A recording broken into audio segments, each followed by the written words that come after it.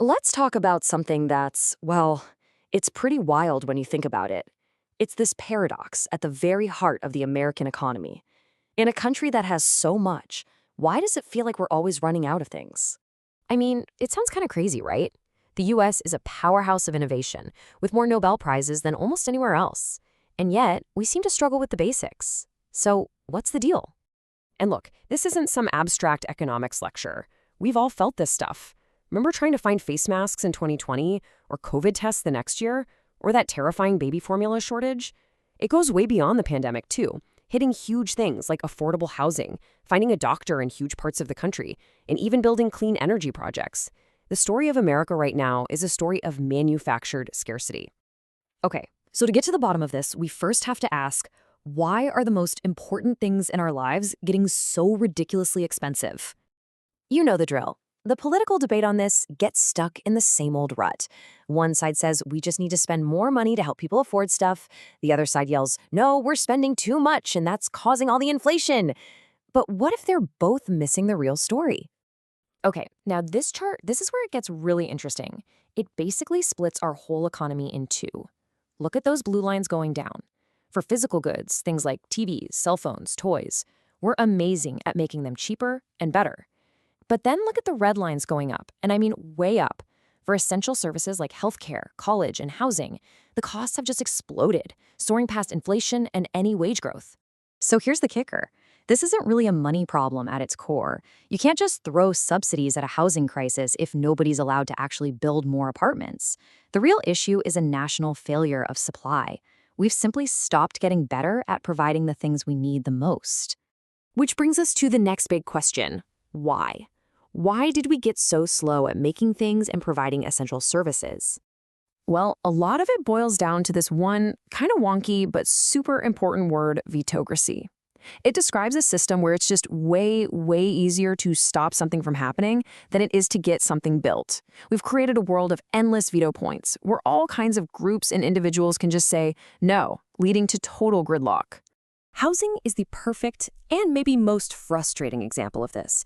You see the signs in the front yard, all are welcome here. But then you look at the backyard policies, the zoning laws that ban apartments, the years of permit delays, the lawsuits designed to block new construction. It all adds up to this. Our wealthiest, most productive cities have made it almost impossible to build new homes. And believe me, this isn't just about houses. Think about this for a second. In the early 1900s, New York built its first 28 subway stations in 4 years. 4. Fast forward a century, and it took 17 years, 17, to build just 3 new stations. Our muscle for building big, important things has just atrophied.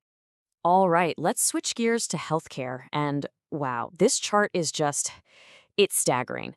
For a full 25 years, while the US population grew by 60 million people, the number of new doctors we trained every year basically stayed flat.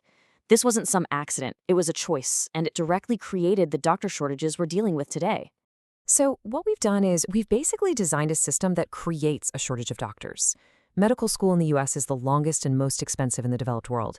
We've capped the number of residency slots, which are essential for training. We make it incredibly hard for doctors trained overseas to practice here, and we even stop highly skilled nurses from providing more care. We have literally chosen to have less healthcare. Okay, so if the problem is that we're making things scarce, what's the fix? Well, that brings us to a whole new way of thinking about this. It's called the abundance agenda. And the idea is actually pretty simple, but it's also revolutionary.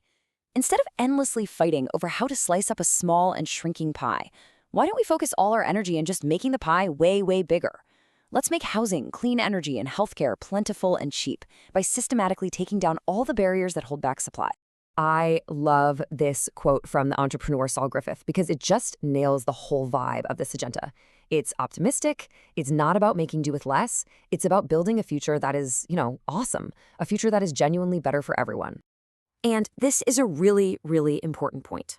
We always think progress is about waiting for the next big invention, right? That big eureka moment. But our problem right now isn't a shortage of good ideas. It's that we're failing to actually implement the brilliant ideas we already have. You want to see a perfect example of this? Just look at the story of solar power. American researchers invented the modern solar cell. Back in the 80s, we were leading the world in funding the research. But then what happened? We completely failed to build the industries and policies to deploy it. Other countries took our invention, ran with it, and now they're leading the world.